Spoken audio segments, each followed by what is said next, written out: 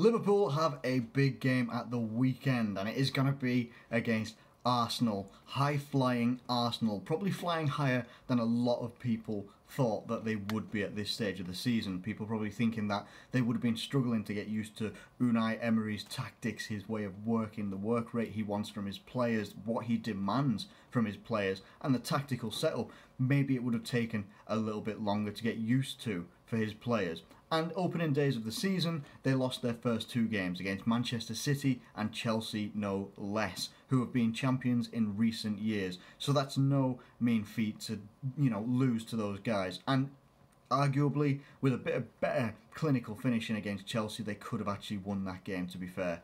But that is how it is. Since then, though, they went on an 11-game winning streak, which was then ended against Crystal Palace at the weekend, and it became a 12-game undefeated streak. So they are still doing very well. They are fourth in the table right now. They're 1 point above Tottenham, who lost against Man City on Monday night. So really, if they pick up some points against Liverpool, they're actually going to be in a good position over Tottenham anyway. And they're in a really good position regardless of what anybody thinks of Arsenal or where they've been in the last couple of years. They are going to be tough opponents to come up against, and I predicted at the start of the season that Arsenal will finish in the top four. Some people may have thought that was crazy. Some people may have thought, what are you actually talking about? You don't know what you're talking about. And to be honest, I think that is what they're going to be aiming for. If they can get back in top four this year and knock out some teams, we don't know what's going to happen with Manchester United, for honest. Like, I don't know what's going to happen there. Could not see that happening at the start of the season. Maybe that, it's quite clear that they've struggled, and I think they're maybe 9th or 8th in the table right now, struggling for performances, picking up a win here and there and losing, drawing games. It's not good times for Manchester United. And who else is going to drop out the top four as well? Are Tottenham going to stay out of there? Is the top four going to stay as it is right now? Because the teams that are in there right now, which is obviously in order Manchester City, Liverpool, Chelsea and Arsenal, it's going to be difficult for teams to actually break in. Are Tottenham going to be able to try and do something later on in the season that propels them up into the top four? Maybe a little bit further. And Man United going to be able to do an insane comeback into the top four and push someone else out? It's going to be difficult. It's going to be difficult for anybody outside top four right now to actually break in. Less so for Tottenham because they're only a point behind, but even so, it's going to be difficult. And I think Arsenal have actually done really well. People can turn around and criticise and say that they've only been playing, maybe lower teams in the league, but sometimes that is a big team's kryptonite. A big team can sometimes struggle a lot more against smaller sides or teams that are lower in the league than they do against their top six rivals, shall we say. So this is a big game for both teams, and I think what you're going to see is you're going to see two teams set up to attack. Okay, and the way that I feel that this game will go is there's going to be two ways, right? Whose defense is going to be better? Okay, in my opinion, it will be Liverpool's. Just because I think Arsenal have got some injury concerns. They've got people that are racing to be fit.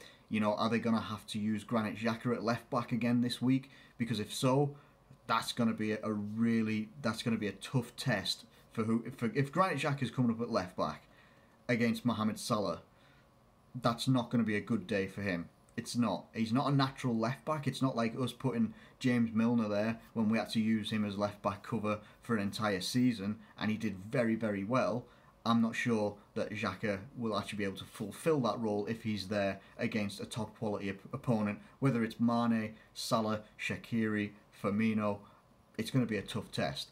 If they've got other defenders, like maybe not, first team defenders or such like that, and if they've got people like Mustafi in there who can have a good game, but he is very erratic, very prone to diving in and making silly challenges, giving fouls away in bad areas, then yeah, I think that could be a tough time for them. On the flip side for us, if we go with what I feel we will go with obviously Alisson in goal, Andrew Robertson on the left-hand side, Van Dijk, Gomez and Trent, I think we'll do okay. I think we'll be pretty solid. We've only conceded 4 goals in 10 Premier League games so far this season. That's nothing to be sniffed at. At this point last season, we'd conceded 16 goals. So you can see right away where we've improved the most, if anything. And we've actually scored more goals right now at this point in the season than we did last season. So that's really good as well. Now, the other way that this is going to go is, can Liverpool shut out Arsenal's second half dominance? Arsenal, I don't think, and I might be wrong in this one, I don't think Arsenal have led a game going into half time. But after half time is when they kick it into gear. Now, we've seen this ourselves before Arsenal did, when Liverpool played Sevilla in the Europa League final. Still brings back bad memories. We go 1-0 up. Daniel Sturridge scores a beautiful goal in the first half. Come out the second half, and I think within about 10 minutes, we are 2-1 down. And there's something that he can do. There's something that Unai Emery and his tactical team, his backroom staff can do in the second half that changes something. And he seems to be the most effective at doing it right now. So when they come out in the second half, they just have something on the other team. I'm hoping that we will be able to shut this out in the first half. If Liverpool can come out in the first half, score a couple of goals, and put our dominance on show, then I think that we will be able to stop this second half revival, shall we say, where they come out in the second half and they beat teams. Crystal Palace maybe did get lucky to get a 2-2, but they got a 2-2. They worked damn hard to do it, and it also shows that you can bring out mistakes in Arsenal. They are there to be got at defensively. They're not necessarily the most solid team at the back. I still think that Arsenal, to win games, are going to have to outscore their opposition, and I don't believe that they will outscore us. And that's not arrogance. I just don't think they're going to be able to do it. Not because our forwards are so good. Their forwards are very, very good as well. Aubameyang and Lacazette, they would strike fear into most teams. It's what's behind them. I'm hoping that if we can go into our midfield right now, and if we go out with Gini Wijnaldum, Fabinho and Shaqiri, I believe we'll be able to win the midfield battle. That is just how I feel. Because if they go with Torreira and Guendouzi, and maybe Ozil or something like that, I'm not sure that they're going to be able to combat our midfield. I just think that we'll be able to have that over them, and I think that especially with Fabinho growing into the Liverpool style, growing into the Liverpool team, and making himself a bit more of a key figure alongside an already key figure in Gini Wijnaldum, then we have the creativity of Shaqiri to feed the front line of Sadio Mane, Mohamed Salah, Firmino. I think if we can have that and get a little bit more out of it as well, because this is the first time, if we do go with that sort of formation, and if we do go with those players, Shaqiri and Fabinho, for us, will be the first time that they play a big team. And I think that they'll be able to turn up on the big occasion and get a result for us.